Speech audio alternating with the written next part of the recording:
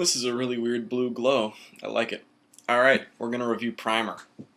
I just finished watching it for what is the third time I have ever seen the movie, and I still love it. It's still creepy as shit, and I'm going to spoil a lot more than Jake did. So the movie's premise is these guys, these engineers, made a superconductor that actually is a time machine. And it takes them the first half of the film to figure out what it is. Then they start using it to basically swap stocks and get rich. The way the machine works is you can turn it on and then go about your day and then turn it off and it goes into this not quite off state, and if you get into it you will get out of it when you turn it on. And so there's a feedback loop. There's a thing on Wikipedia that shows you it. And that part I get, and that part is easy to understand. And so basically it's, once you get out, there's sort of only one of you that can affect the world as long as you don't screw with the other one of you. And so you can become rich and all that stuff. Now what I don't get is, okay, basically they start dicking with each other, and there are these really creepy things where they're like, oh, there are rats in the attic, but there aren't rats in the attic, and they start like kidnapping themselves, and like they built other time machines and fail safes and all of these weird things. I don't get how they go back in time from before they like first turned it on. That's the one I don't get, because there's something about building a device within a device and them being recyclable. And I didn't understand that, and I don't understand how there'd be, like, at the end of the movie there are basically 2 copies of them, and it's just such a crazy mindfuck, but I think it's still so good. And it's like, trust. It's basically like these 2 friends start out trusting each other, and then it sort of devolves, and then it kind of just falls apart. And there is that weird thing where there's the guy who used the machine, and like, I mean, he was just sort of it was just sort of like, how did he find out about the machine? He was clean shaving this morning, and now he's got, and there are 2 copies of him in the world, and that sort of raises a whole other question of, what all has this device caused?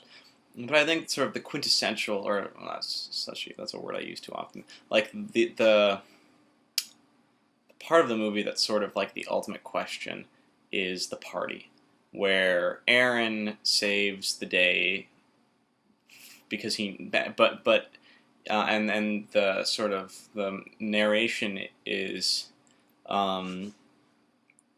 basically implying, who knows what could have happened if we hadn't been there, and yet they orchestrated the entire thing start to finish. They ensured everyone was there. I mean, they basically created the situation and then fixed the situation. Whereas maybe if they hadn't been there, the situation would have never occurred to begin with. And I think that's really the crazy thing about it, is that no, he's not really saving anyone. He's just making himself out to be a hero by cleaning up a mess that he knowingly caused. And I mean, they take the bullets out of the gun and do all this other stuff, and it's just sort of like, there's so many like crazy mindfuck moments where you're just like, wait, what? How did? And like, look for the earpiece. Remember when you see people with earpieces and when you don't, because whenever you see someone with an earpiece, it means that they are not really them. They are a duplicate them that is reciting the words that the first version of them said. Basically, like, as soon as the thing started, they started recording all of their conversations, and then when they go back, they try to relive all of those conversations. And I just don't. I was like, I'm still trying to grasp all of it. But basically, in the end, the duplicates go off to live their own lives, or Aaron does, and then Abe sort of lives this stalker-esque life of stalking himself and his family and the 2 Abe and Aaron characters, and try to prevent them from ever creating the machine to begin with. The movie is riddled with paradoxes, and they're never really resolved. Like, there isn't a temporal wave that when you stop one event, it ripples forward. It's really, the paradox just happens. So they travel back in time somehow to before when they even conceived the idea of the device. And I'm guessing that has something to do with nesting one machine inside of another. and the recyclable aspect, and I still am not sure. I think that was sort of a hand-wavy thing that they just didn't want to explain it. But anyway, they go back to before the machines were ever created, and like steal their own passports and run away. And it's sort of like, I think the most warped part of the movie is when Abe, I can only assume, kills himself. I'm not really sure. Like, he uses nitrous oxide to subdue himself. He subdues his clone, who is already in the machine. And I really am, like, it's just such a weird thing. And like, I don't know if he killed it, or I don't know if he just like threw it in it. What's implied at the end of the movie is that like they were drugged and thrown in like an attic and a closet. But then the movie, like, and that's like when they're not, like, they're banging their way out of where they were locked up, and Aaron has this confrontation with himself where they talk to each other and decide that, you know, yes, one of them can go because the other one's already taking care of things and has a schedule to keep, and all that. And it's just like so confusing, but I love it because it's kind of twisted, and it's like you said, Jake, it's a more realistic time travel movie, and it's not so much a movie. I mean, it's not really about the time travel.